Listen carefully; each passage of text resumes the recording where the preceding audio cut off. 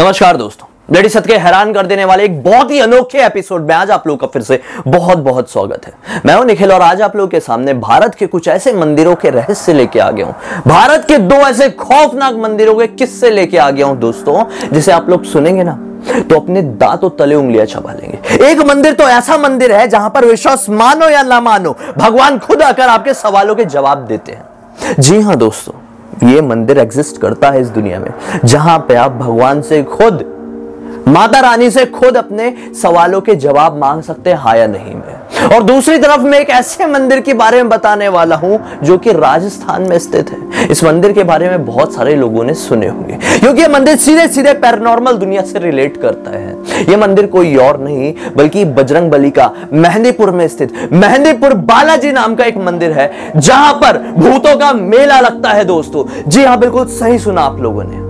लेकिन सबसे पहले मैं आप लोगों को बताऊंगा माता तुलजा भवानी के मंदिर के बारे में, जो कि महाराष्ट्र में ही स्थित है। यह 51 शक्तिपीठों में से एक है। 51 शक्तिपीठ दरअसल दोस्तों यह है क्या? माता सती के देह त्याग करने के बाद भगवान शंकर का गुस्सा शांत करने के लिए भगवान विष्णु ने अपने सुदर्शन चक्र से माता सती के टुकड़े टुकड़े कर दिए थे। जहां जहां माता सती के टुकड़े गिरे थे उन जगहों को शक्तिपीठ बोला जाता है। और उन्हीं 51 शक्तिपीठों में से एक शक्तिपीठ है महाराष्ट्र के पुणे जिले के पास स्थित तुलजापुर में। दोस्तों ये जो माता तुलजा भवानी है, ये जितने भी हमारी रॉयल फैमिलीज हुई हैं, महाराष्ट्र की रॉयल फैमिलीज, उनकी कुल देवी मानी जाती है। इनकी जो बात है वो शुरू हुई थी छत्रपति शिवाजी महाराज के टाइम से। दरअसल छत्रपति शिवाजी महाराज जब कोई भी युद्ध लड़ने के लिए जाते थे तो माना जाता है कि वो पहले माता तुलजा भवानी के पास आकर उनसे आशीर्वाद लेकर ही कोई भी युद्ध लड़ने जाते थे।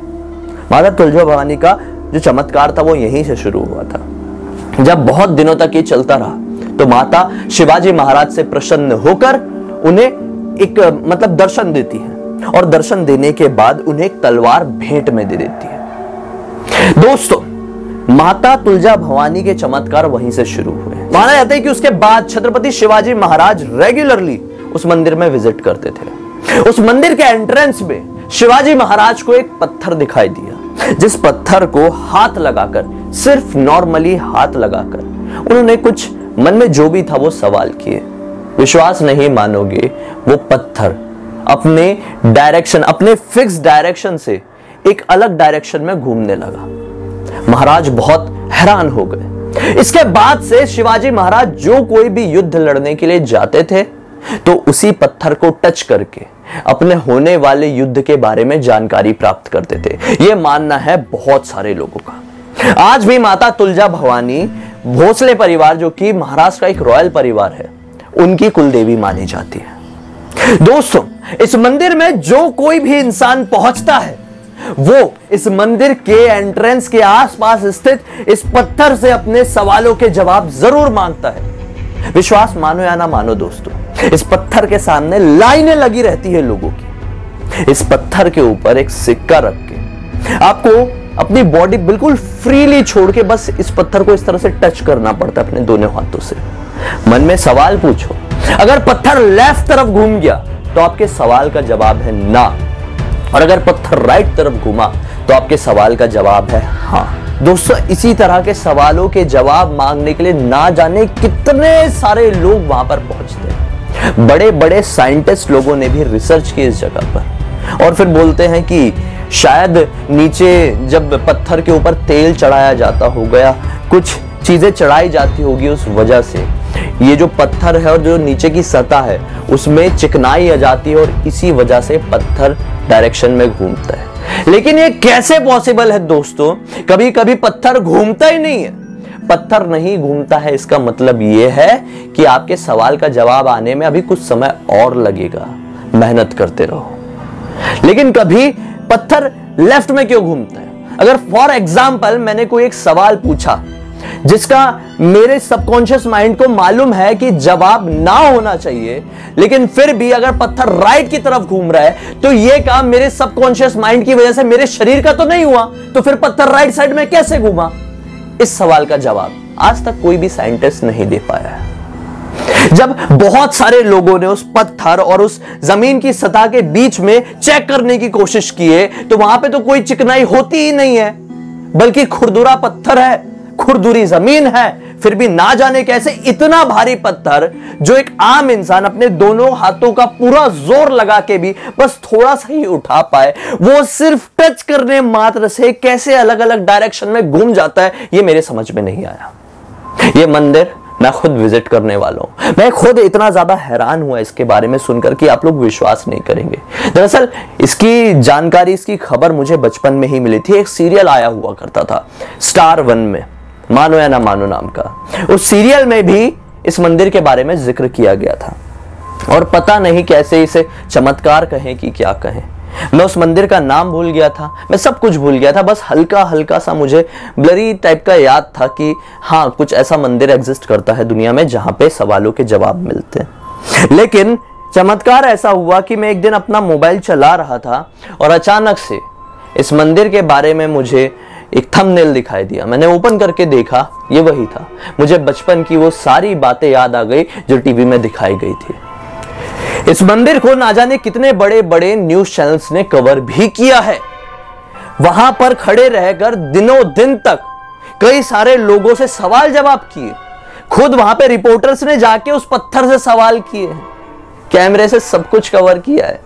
लेकिन आज तक कोई नहीं समझ पाया है कि आखिर ये पत्थर घूमता कैसे है। साइंस भी फेल हो गया। अब बहुत सारे लोग जो साइंस का परचम लहराते फिरते हैं मेरे वीडियो में आकर कमेंट करेंगे कि ये पॉसिबल नहीं है, ये कैसे हो सकता है, वो कैसे हो सकता है, साइंस वाले भाग जाएंगे, नासा वाले पृथ्वी छोड़कर भाग जाएंगे। नहीं मानना है मत मानो, लेकिन एक चीज तो मानना पड़ेगा, इस दुनिया में बहुत सारी ऐसी चीजें हैं जिस पर साइंस कभी जवाब दे ही नहीं सकता है, जिसका साइंस फेल हो जाता है, जिनका सॉल्यूशन साइंस को निकालने में अभी भी करोड़ों साल लग जाएंगे, लेकिन साइंस फेल हो जाएगा। यह मेरा दावा है। दोस्तों, प्रकृति साइंस ने नहीं बनाई है, प्रकृति ने साइंस को बनाया है। इसलिए अब आपको जो भी कमेंट करना है आप कर सकते हैं। अब दूसरे मंदिर के बारे में बात करेंगे दोस्तों। दूसरा मंदिर स्थित है राजस्थान में मेहंदीपुर नाम की जगह पर, जो कि बजरंगबली का मंदिर है।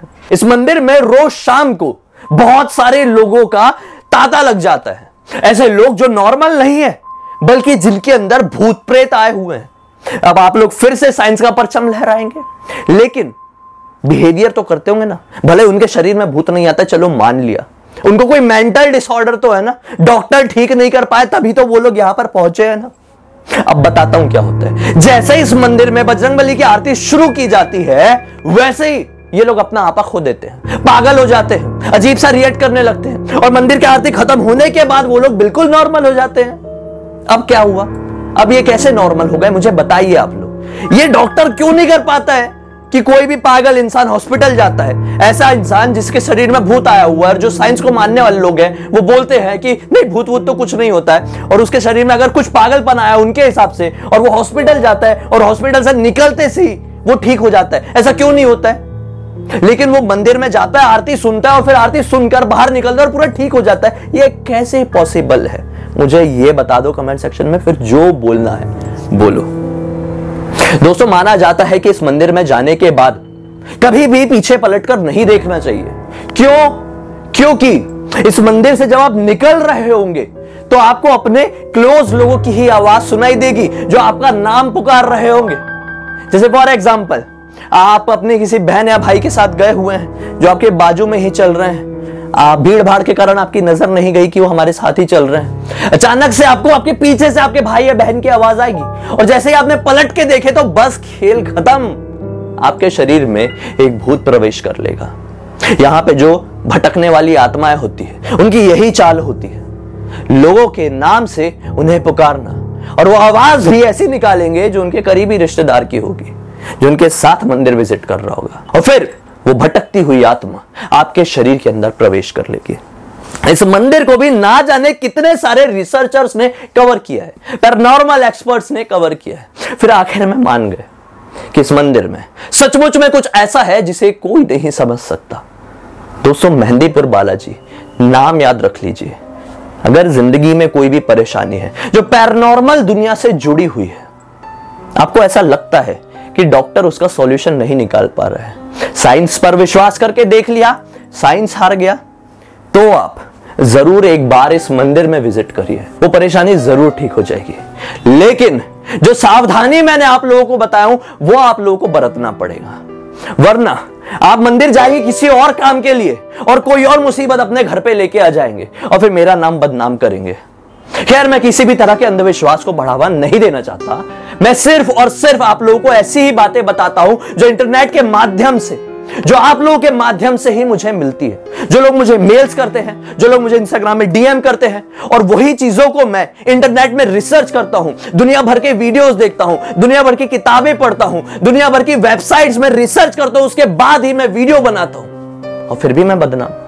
खैर, कोई बात नहीं, मेरा तो यही काम है, आप लोगों का एक अलग तरह से मनोरंजन करना और आप लोगों को एक अनोखी जानकारी देना जो पूरे YouTube में शायद मेरे अलावा कोई भी नहीं देता होगा। अब पसंद आया हूं, पहली बार मुझे देख रहे हैं तो इस चैनल को सब्सक्राइब करके बेल आइकन को दबा के ऑल के ऑप्शन में क्लिक करना, ताकि मैं अगली बार से जब भी आऊंगा इसी तरह की हैरान कर देने वाली खौफनाक कहानी या किस्सा लेके, तो आप लोगों को तुरंत नोटिफिकेशन मिल जाएगा। मुझे पहले से जानते हैं तो इस वीडियो को लाइक कर दीजिए दोस्तों। लाइक किए बिना आगे मत बढ़ना, क्योंकि मैं अपना कर्मा कर रहा हूं, आप भी अपना कर्मा कीजिए। वैसे पर्सनली जुड़े रहना चाहते हैं तो इंस्टाग्राम की लिंक इस वीडियो के डिस्क्रिप्शन बॉक्स में क्लिक करके डायरेक्टली वहां पर पहुंच जाइए। मन नहीं है तो कोई बात नहीं, एक लाइक या डिसलाइक या कमेंट करके यहीं पर इंतजार कीजिए। मैं कल एक और बहुत ही हैरान कर देने वाला किस्सा या कहानी या एक बहुत ही अनोखी जानकारी लेकर आप लोगों के सामने जाहिर हो जाऊंगा। तब तक के लिए बहुत बहुत धन्यवाद।